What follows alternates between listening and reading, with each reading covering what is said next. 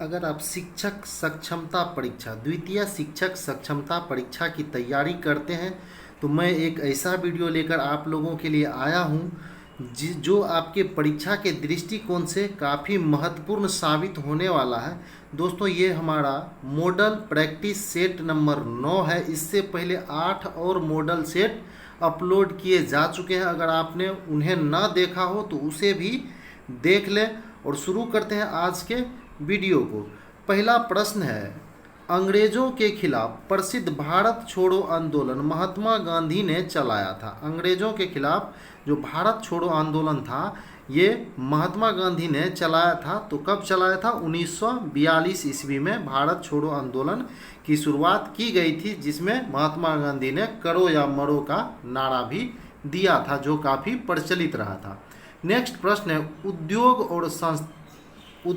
और संस्थान के निम्न जोड़े में से कौन सा जोड़ा सही नहीं है? उद्योग और संस्थान के निम्न जोड़े में से कौन सा जोड़ा सही नहीं है? तो इसका सही उत्तर हो जाएगा रेल डिब्बा और अभियंत्रिकी भागलपुर। ये सही नहीं है। रेल डिब्बा और अभियंत्रिकी भागलपुर ये गलत है। तो सही कौन कौन सा उसे भी देख लें। ऑयल रिफाइनरी ये बरौनी में है, आप सभी लोग जानते हैं। सीमेंट का जो सीमेंट उद्योग जो वो बंजारी, ये भी सही है। फर्टिलाइज़र भोराही ये भी सही है। बाकी ये डी नंबर ऑप्शन जो है गलत है। तो नहीं पूछ रहा है तो सही उत्तर डी नंबर ऑप्शन हो जाएगा। अगला प्रश्न देखेंगे, बिहार के निम्न जिले में से किस जिले में ही पीडूमोंट स्वयं मिट्टी पाई जाती है? किस जिले में पीडूमोंट स्वयं मिट्टी पाई जाती है? इसका सही उत्तर हो जाएगा सी नंबर ऑप्शन पश्चिम चंपारण। अगला प्रश्न देखेंगे, किस दार्शनिक को 10,000 पीढ़ियों का अध्यापक कहा जाता है? किस दार्शनिक को 10,000 पीढ़ियों का अध्यापक कहा जाता है? तो कन्फ्यूशियस को 10,000 पीढ़ियों का अध्यापक कहा जाता है। अगला प्रश्न है, प्रतिध्वनि ध्वनि तरंग के डैश के कारण उत्पन्न होता है। प्रतिध्वनि ध्वनि तरंग के डैश के कारण उत्पन्न होता है? तो परावर्तन के कारण उत्पन्न होता है। अगला प्रश्न, जल के अस्थायी कठोरता डैश के रहने के कारण होती है। जल की अस्थायी कठोरता डैश के रहने के कारण होती है? कैल्शियम सल्फेट के रहने के कारण जल की अस्थायी कठोरता रहती है। अगला प्रश्न है, निकट दृष्टि से सही की जा सकती है। निकट दृष्टि डैश से सही की जा सकती है।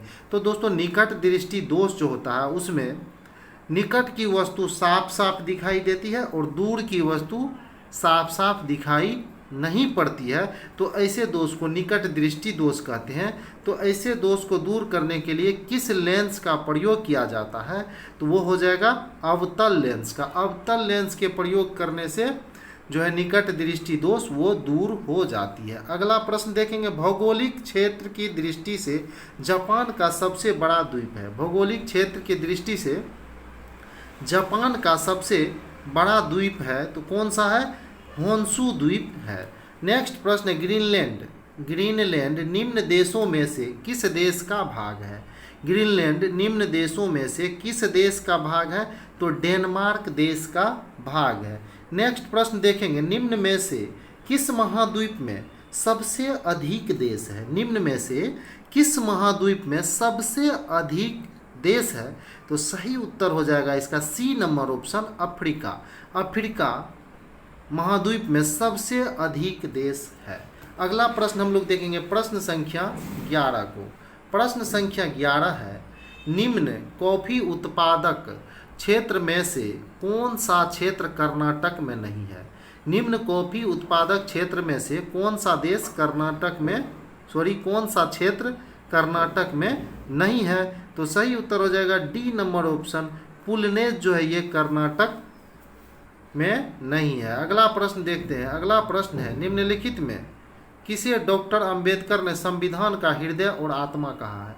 निम्नलिखित में से किसे डॉक्टर अंबेडकर ने संविधान का आत्मा और हृदय कहा है?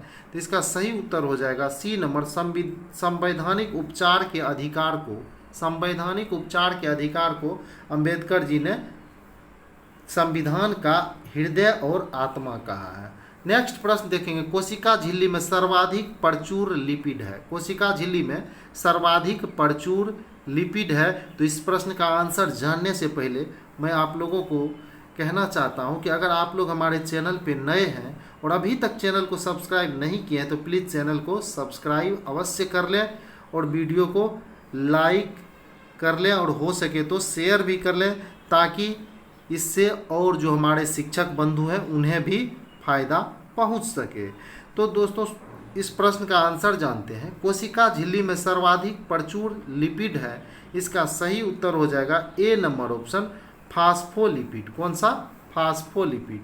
निम्नलिखित में से कौन सा 1829 में, निम्नलिखित में से कौन 1829 में सती प्रथा के उन्मूलन में कारण कारक थे? तो इसका उत्तर हो जाएगा लॉर्ड बेंटिक। कौन हो जाएगा? Lord Bentinck. सागर जल के चढ़ाव उतार को कहते हैं, सागर जल के चढ़ाव उतार को कहते हैं। तो सही उत्तर हो जाएगा ज्वार भाटा। सागर जल के चढ़ाव उतार को क्या कहते हैं? ज्वार भाटा। खनिज और जीले के निम्न जोड़े में से कौन सा जोड़ा सही है? तो खनिज और जीले यानी खनिज और जीले के निम्न जोड़े में से कौन सा जोड़ा सही है? तो सही उत्तर हो जाएगा लाइमस्टोन कैमूर। लाइमस्टोन जो है वो कहाँ पाया जाता है? कैमूर में पाया जाता है। अगला प्रश्न है, पृथ्वी के वायुमंडल में कौन सा गैस विपुल मात्रा में है? पृथ्वी के वायुमंडल में कौन सा गैस विपुल मात्रा में है? तो नाइट्रोजन गैस जो है ये सबसे अधिक मात्रा यानी 78% वायुमंडल में पाई जाती है। अगला प्रश्न है, इंद्रावती, प्राणहिता और साबरी किसकी सहायक नदियां हैं? इंद्रावती, प्राणहिता और साबरी किसकी सहायक नदी है? तो सही उत्तर हो जाएगा गोदावरी की। गोदावरी की सहायक नदी जो है वो इंद्रावती, प्राणहिता और साबरी है। अगला प्रश्न है, भारतीय राष्ट्रगान का अंग्रेजी अनुवाद किसने किया? भारतीय राष्ट्रगान का अंग्रेजी अनुवाद किसने किया? रविंद्रनाथ टैगोर ने। भारत एवं पाकिस्तान का विभाजन किस योजना के तहत हुआ था? तो तमाम मित्रों को पता है कि ये माउंटबेटन योजना के तहत भारत और पाकिस्तान का विभाजन हुआ था। अगला प्रश्न है, भारत में कैसी अर्थव्यवस्था है? ये भी प्रश्न 7 क्लास का प्रश्न है। ये भारत में कैसी अर्थव्यवस्था है? तो भारत में जो है मेरे मित्रों मिश्रित अर्थव्यवस्था है। कैसी अर्थव्यवस्था है? मिश्रित अर्थव्यवस्था है। ये प्रश्न कईयों बार जो कमीशन के एग्जाम है उसमें पूछे गए हैं। अगला प्रश्न हम लोग देखते हैं प्रश्न संख्या 22 को।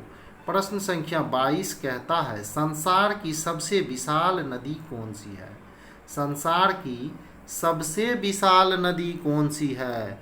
तो सही उत्तर हो जाएगा कौन सी? अमेजन। अमेजन जो है वो संसार की सबसे विशाल नदी है। और अगर पूछा जाए संसार की सबसे लंबी नदी कौन सी है तो आप कहेंगे नील नदी। और अगर कही जाए कि बिहार की सबसे लंबी नदी कौन सी है तो वो हो जाएगी गंगा नदी। अगला प्रश्न देखते हैं,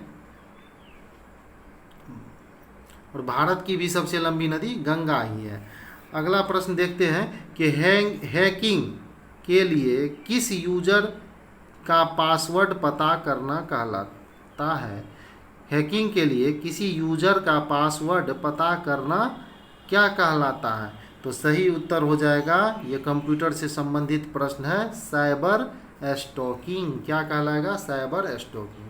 नेक्स्ट प्रश्न है, फाउंटेन पेन के आविष्कार, फाउंटेन पेन के आविष्कारक कौन थे? तो ये वाटरमैन थे। फाउंटेन पेन के आविष्कारक वाटरमैन थे। नेक्स्ट प्रश्न है, भारत में सबसे बड़ी सिंचाई नहर का नाम क्या है? भारत में सबसे बड़ी सिंचाई नहर का नाम क्या है? तो सही उत्तर हो जाएगा C number option, Indira Gandhi नहर से सबसे ज़्यादा सिंचाई भारत में की जाती है। आगे मैथ का प्रश्न है, उसे छोड़कर हम लोग आगे बढ़ेंगे। अगला प्रश्न है, देखते हैं। उस प्रश्न को देखने से पहले अगर आपने अभी तक चैनल को सब्सक्राइब नहीं किया है तो चैनल को सब्सक्राइब कर लें अगर वीडियो पसंद आए तो। अन्यथा दोस्तों कोई बात नहीं, मुझे तो इस वीडियो को पूरा करना ही है, क्योंकि मैंने ठाना है कि जितने भी शिक्षक हैं, नियोजित शिक्षक, उन्हें सक्षमता परीक्षा पास करवाना है, क्योंकि नियोजित का दंश जो है दोस्तों मैं भी भोग चुका हूँ। तो शुरू करते हैं अगला प्रश्न को। अगला प्रश्न है प्रश्न संख्या 35। प्रश्न संख्या 35 को देखेंगे हम लोग। नील दर्पण नामक नाटक किसने लिखी थी? नील दर्पण नामक नाटक जो है वो दीनबंधु मित्र के द्वारा लिखी गई थी। नील दर्पण नाटक किसने लिखा था? तो दीनबंधु मित्र ने लिखा था। संविधान के किस अनुच्छेद में सांसद के गठन का प्रावधान है? संविधान के किस अनुच्छेद में सांसद के गठन का प्रावधान है? तो सही उत्तर हो जाएगा अनुच्छेद 79 यानी 79। अगला प्रश्न है करेवा भू आकृति कहाँ पाई जाती है? करेवा भू आकृति कहाँ पाई जाती है? तो ये जो है कश्मीर हिमालय में पाई जाती है। अगला प्रश्न है वह राज्य जो भारत का चीनी का कटोरा कहलाता है? वह राज्य जो भारत का चीनी का कटोरा कहलाता है वो कौन सा है? उत्तर प्रदेश। नेक्स्ट प्रश्न है निम्नलिखित में से किसको महाभियोग बिना ही हटाया जा सकता है? निम्नलिखित में से किसको महाभियोग बिना भी हटाया जा सकता है? तो वो हो जाएगा दोस्तों किसी भी राज्य के राज्यपाल को। किसी भी राज्य के राज्यपाल को बिना महाभियोग के भी हटाए जा सकते हैं। अगला प्रश्न देखते हैं प्रश्न संख्या 40 को। प्रश्न संख्या 40 हमारा है, देख लेते हैं। कुलिक पक्षी अभ्यारण्य स्थित है। कुलिक पक्षी अभ्यारण्य कहाँ स्थित है? तो वो है पश्चिम बंगाल में कुलिक पक्षी अभ्यारण्य जो वो स्थित है। अगला प्रश्न है भारतीय संसद के दोनों सदनों की संयुक्त बैठक की अध्यक्षता कौन करता है? भारतीय संसद के दोनों सदनों के संयुक्त बैठक की अध्यक्षता कौन करता है? तो इसका उत्तर सही हो जाएगा लोकसभा के अध्यक्ष जो है वो संयुक्त बैठक की अध्यक्षता करता है। एक विशेष दिन पर लोकसभा में अधिकतम कितने तारांकित प्रश्न पूछे जा सकते हैं? कितने तारांकित प्रश्न पूछे जा सकते हैं? तो सही उत्तर हो जाएगा 20 तारांकित प्रश्न पूछे जा सकते हैं। मटकी किस राज्य की नृत्य शैली है? मटकी किस राज्य की नृत्य शैली है? तो सही उत्तर हो जाएगा इसका D number option Madhya Pradesh. कौन सा राज्य? मध्य प्रदेश। निम्न में से कौन आर्थिक विषमता की माप करता है? निम्न में से कौन आर्थिक विषमता की माप करता है? तो लोरेंज वक्र जो है आर्थिक विषमता की माप करता है। अगला प्रश्न है एक व्यक्ति जो धार्मिक संस्थानों से राज्य को अलग करने की वकालत करता है उसे कहा जाता है? एक व्यक्ति जो धार्मिक संस्थानों से राज्य को अलग करने की वकालत करता है उसे कहा जाता है? तो सही उत्तर हो जाएगा धर्मनिरपेक्षवादी।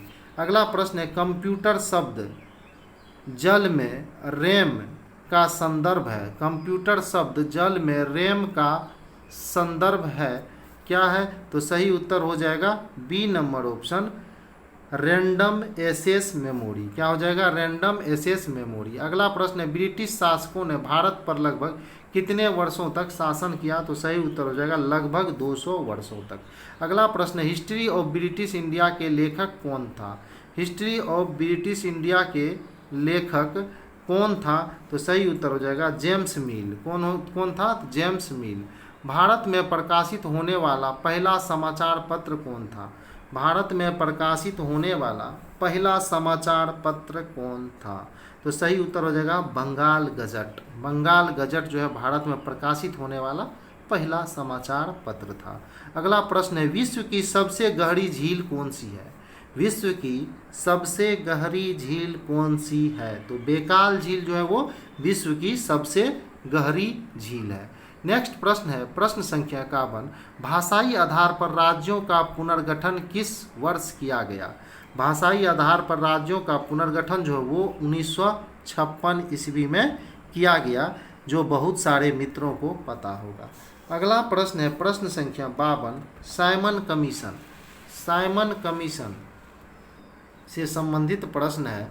साइमन कमीशन भारत आया था, तो भारत कब आया साइमन कमीशन? तो देख लेते हैं साइमन कमीशन कब आया भारत। 1930 ईस्वी में साइमन कमीशन भारत आया।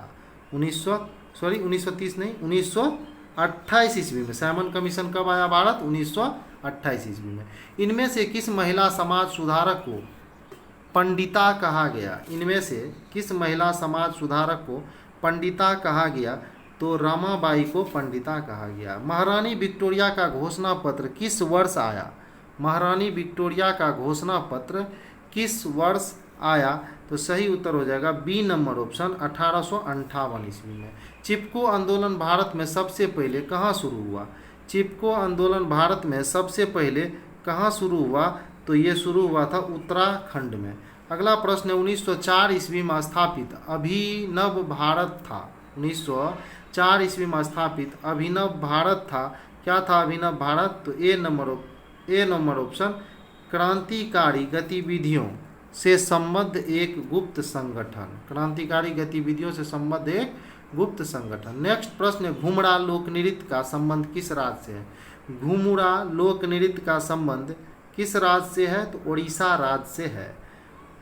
मूक नायक समाचार पत्र से कौन संबद्ध था? मूक नायक समाचार पत्र से कौन संबद्ध था? तो सही उत्तर हो जाएगा बी आर अम्बेडकर। कौन हो जाएगा? B R Ambedkar. अगला प्रश्न है आगा खां महल किस राज्य में स्थित है? आगा खां महल किस राज्य में स्थित है? तो सही उत्तर हो जाएगा सी नंबर ऑप्शन महाराष्ट्र में आगा खां पैलेस है। निम्नलिखित में से कौन स्वतंत्र भारत के पहले कानून मंत्री बने? तो डॉक्टर भीमराव अंबेडकर, भीमराव रामजी अंबेडकर, ये जो है ऑप्शन नंबर ए सही हो जाएगा। यही भारत के पहले कानून मंत्री बने थे। नेक्स्ट प्रश्न है पृथ्वी की परिधि का परिक्रमण कर रहे एक उपग्रह के अंदर एक सरल लोलक का आवर्तकाल होगा। एक सरल लोलक का आवर्तकाल होगा तो कितना होगा? एक सरल लोलक का आवर्तकाल। ये साइंस से संबंधित प्रश्न है, इसका सही उत्तर हो जाएगा अनंत। सही उत्तर हो जाएगा अनंत। नेक्स्ट प्रश्न है KMnO4। KMnO4 में Mn की ऑक्सीकरण संख्या है। KMnO4 में Mn की ऑक्सीकरण संख्या है, तो इसका सही उत्तर हो जाएगा सी नंबर ऑप्शन +7। अगला प्रश्न है इथाइल के जल योजन से मिलता है। इथाइल के जल योजन से मिलता है, तो सही उत्तर हो जाएगा एथेनॉल। क्या मिलता है? एथेनॉल। नेक्स्ट प्रश्न है निम्नलिखित में से किस यौगिक में जैमितीय समावयवता है? निम्नलिखित में से किस यौगिक में जैमितीय समावयवता होता है? ट्यूब्यूटेन। किस यौगिक में? ट्यूब्यूटेन। अगला प्रश्न है प्रश्न संख्या 65। प्रश्न संख्या 65 कहता है, देख लेते हैं क्या प्रश्न संख्या 65। इकोसिस्टम शब्द दिया है। इकोसिस्टम शब्द दिया है, इसका सही उत्तर हो जाएगा सी टेंसलेन है। इकोसिस्टम शब्द किसने दिया? टेंसलेन। अगला प्रश्न है रोग पैदा करने वाले सूक्ष्म जीवों को नष्ट करने और दूध की वैधता को बढ़ाने के लिए किस प्रक्रिया का उपयोग किया जाता है? तो सही उत्तर हो जाएगा 66 का ए नंबर पाश्चुरीकरण। सही उत्तर हो जाएगा पाश्चुरीकरण। जोहानसन ने दिया है शब्द। जोहानसन ने दिया है शब्द। जोहानसन ने कौन सा शब्द दिया है? तो ये जीन नामक शब्द जो है जोहानसन ने दिया है। अगला प्रश्न है मैथ के, जिसे हम लोग छोड़कर आगे बढ़ेंगे और देखेंगे 69 नंबर प्रश्न को। किस तत्व के न्यूक्लियस में 2 प्रोटॉन पाए जाते हैं? किस तत्व के न्यूक्लियस में 2 प्रोटॉन पाए जाते हैं? तो बी नंबर ऑप्शन हीलियम के न्यूक्लियस में 2 प्रोटॉन पाए जाते हैं। आवर्त सारणी के तीसरे आवर्त में तत्वों की संख्या है। आवर्त सारणी के तीसरे आवर्त में तत्वों की संख्या है 8। अगला प्रश्न है पौधे में प्रकाश संश्लेषण। पौधे में प्रकाश संश्लेषण प्रकाश ऊर्जा को डैश ऊर्जा में परिवर्तित करता है? तो सही उत्तर हो जाएगा रासायनिक ऊर्जा में। सही उत्तर होगा रासायनिक ऊर्जा में। जल में कार्बन डाइऑक्साइड प्रवाहित करने पर बना सोडा वाटर। जल में कार्बन डाइऑक्साइड प्रवाहित करने पर बना सोडा वाटर अम्लीय प्रकृति का है। क्या है? अम्लीय प्रकृति का। निम्नलिखित में से कौन सा विटामिन यकृत में संचित नहीं किया जा सकता? निम्नलिखित में से कौन सा विटामिन यकृत में संचित नहीं किया जा सकता? Vitamin C. कौन सा? Vitamin C. नेक्स्ट प्रश्न है सबसे पहले औद्योगिक क्रांति कहाँ हुई थी? सबसे पहले औद्योगिक क्रांति कहाँ हुई थी? तो इंग्लैंड में सबसे पहले औद्योगिक क्रांति हुई। भारत का हिंदू कैलेंडर निम्नलिखित में से किस पर आधारित है? भारत का हिंदू कैलेंडर निम्नलिखित में से किस पर आधारित है? तो सही उत्तर हो जाएगा शक युग पर। किस पे? शक युग पर। अगला प्रश्न है, अलमाटी बांध किस नदी पर बना है? अलमाटी बांध किस नदी पर बना है? कृष्णा नदी पर अलमाटी बांध बना है। जीटी रोड किसके शासनकाल में बनाई गई थी? जीटी रोड किसके शासनकाल में बनाई गई थी? तो शेरशाह सूरी के शासनकाल में जो है जीटी रोड बनाई गई थी। अगला प्रश्न देखेंगे प्रश्न संख्या 78 को। प्रश्न संख्या 78 है, भारत के अंतिम ब्रिटिश। प्रश्न संख्या 78 है, भारत के अंतिम ब्रिटिश वायसराय कौन थे? भारत के अंतिम ब्रिटिश वायसराय जो थे वो लॉर्ड माउंटबेटन थे। नेक्स्ट प्रश्न है, किस अनुच्छेद के अंतर्गत संविधान संशोधन किया जाता है? किस अनुच्छेद के अंतर्गत संविधान संशोधन किया जाता है? तो अनुच्छेद 368। क्या हो जाएगा? अनुच्छेद 368। अगला प्रश्न देखेंगे, निम्नलिखित में से कौन सा एक रबी फसल है? निम्नलिखित में से कौन सा एक रबी फसल है? तो गेहूं जो है वो रबी फसल है और धान जो है वो खरीफ फसल है। अगला प्रश्न देखेंगे, डॉक्टर सीवी रमन को किस विषय में नोबेल पुरस्कार मिला? डॉक्टर सीवी रमन को किस विषय में नोबेल पुरस्कार मिला? तो भौतिकी के क्षेत्र में सीवी रमन को नोबेल पुरस्कार दिया गया। अगला प्रश्न है, भारत में स्थापित पहला नेशनल पार्क निम्नलिखित में से कौन है? भारत में स्थापित पहला नेशनल पार्क निम्नलिखित में से कौन है? तो जिम कॉर्बेट नेशनल पार्क जो है वो पहला नेशनल पार्क है। नेक्स्ट प्रश्न है, निम्नलिखित में से कौन सा ग्रह अंतर्ग्रह है? निम्नलिखित में से कौन सा ग्रह अंतर्ग्रह है? तो इसका सही उत्तर हो जाएगा सी नंबर ऑप्शन, शुक्र ग्रह जो है वो अंतर्ग्रह है। अगला प्रश्न है, भारत के राष्ट्रीय ध्वज का डिजाइन किसने तैयार किया? भारत के राष्ट्रीय ध्वज का डिजाइन किसने तैयार किया? तो इसका सही उत्तर हो जाएगा D number option, madam Bhikaji कामा। मैडम भीखाजी कामा। प्रश्न था, भारत के राष्ट्रीय ध्वज का डिजाइन किसने किया था? तो ये सस्पेक्टेड क्वेश्चन है, इसको बाद में देखेंगे, ये तो नहीं होगा मैडम भीखाजी कामा। ठीक है, तो इसको बाद में देखेंगे 84 नंबर प्रश्न को। आगे बढ़ते हैं प्रश्न संख्या 85 को। प्रश्न संख्या 85 को देखेंगे, भारतीय राष्ट्रीय कांग्रेस के सबसे अधिक समय तक अध्यक्ष कौन रहे? भारतीय राष्ट्रीय कांग्रेस के सबसे अधिक समय तक अध्यक्ष कौन रहे? तो सही उत्तर हो जाएगा मौलाना अबुल कलाम आज़ाद। मौलाना अबुल कलाम आज़ाद। अगला प्रश्न देखेंगे प्रश्न संख्या 89 को। बीच में मैथ के प्रश्न है, उसे स्किप करके हम लोग आगे बढ़ते हैं। प्रश्न संख्या 89 को देखते हैं। प्रश्न संख्या 89 है, टिहरी बांध। क्या है? टिहरी बांध टिहरी जल विद्युत परिसर किस राज्य में स्थित है? टिहरी जल विद्युत परिसर किस राज्य में स्थित है? तो सही उत्तर हो जाएगा उत्तराखंड में। टिहरी जल विद्युत परिसर किस राज्य में स्थित है? उत्तराखंड में। अगला प्रश्न है, जनसंख्या नियंत्रण। जनसंख्या नियंत्रण और परिवार नियोजन भारत के संविधान की 7वीं अनुसूची में दी गई डैश सूची में सूचीबद्ध है? तो सही उत्तर हो जाएगा डी नंबर ऑप्शन, समवर्ती सूची में। अगला प्रश्न है, निम्नलिखित में से कौन सी धातु हमारे शरीर में रक्त का थक्का जमने के लिए उत्तरदायी है? कौन सी धातु हमारे शरीर में रक्त का थक्का जमने के लिए उत्तरदायी है? तो सही उत्तर हो जाएगा कैल्शियम।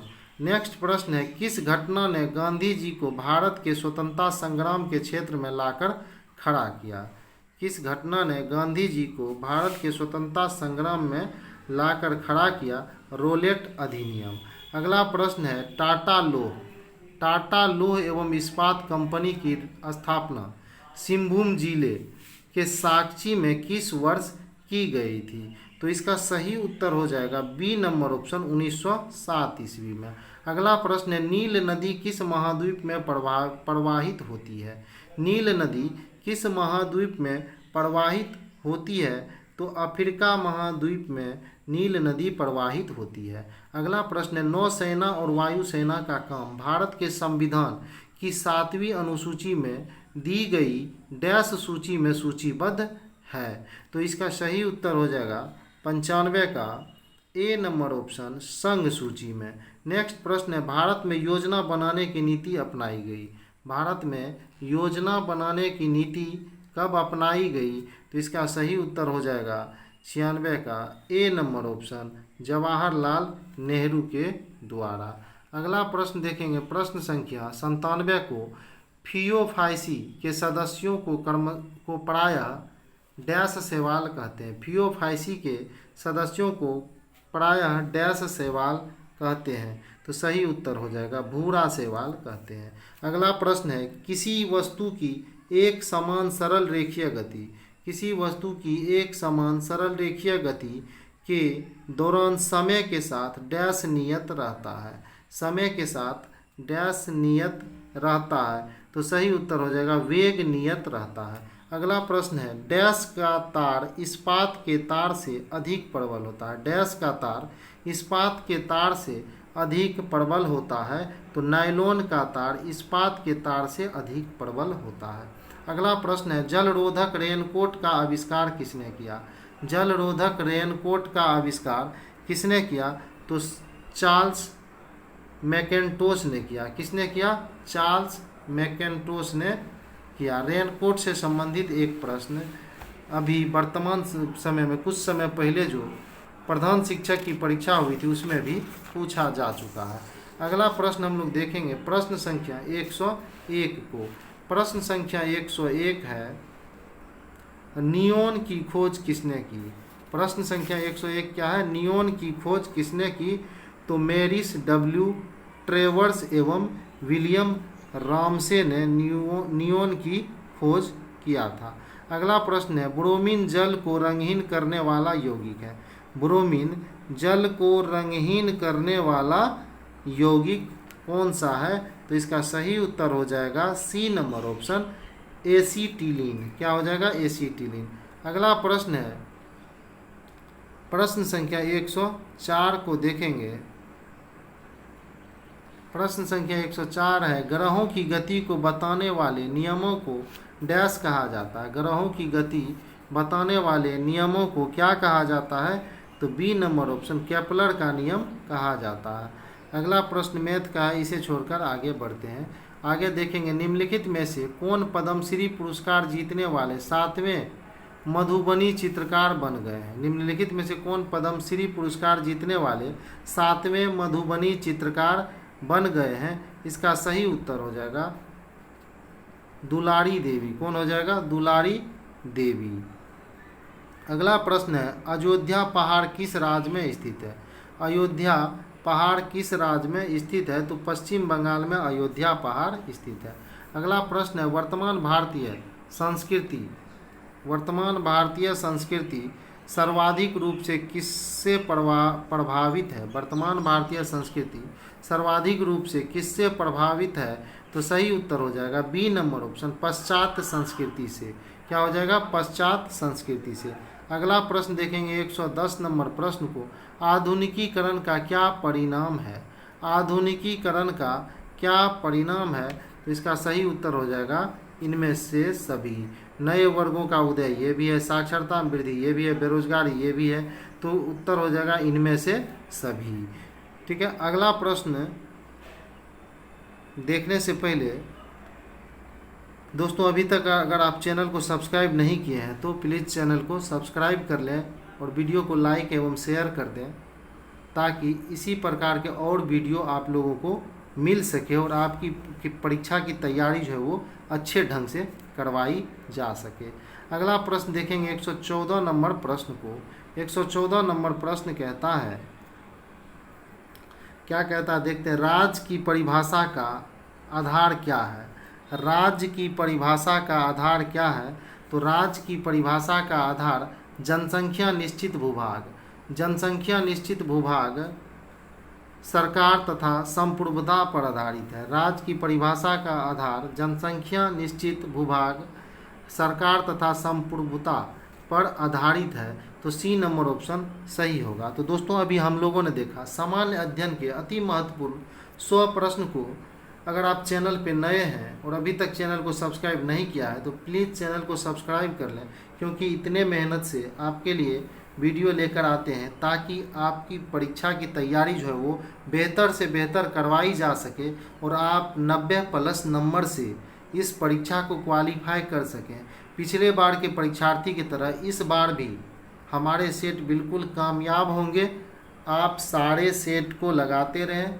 अगर आपने पीछे के वीडियो नहीं देखे हैं, पीछे के सेट को नहीं देखे हैं, तो उस सेट को भी आप देख लें। एक बार में समझ ना आए तो दोबारा देखें, तिबारा देखें। लेकिन दोस्तों मैं गारंटी लेता हूँ, अगर आप सारे सेट को अच्छे ढंग से देखते हैं तो आप बहुत अच्छे नंबर से इस सक्षमता परीक्षा को क्वालिफाई करेंगे और राजकर्मी बनेंगे।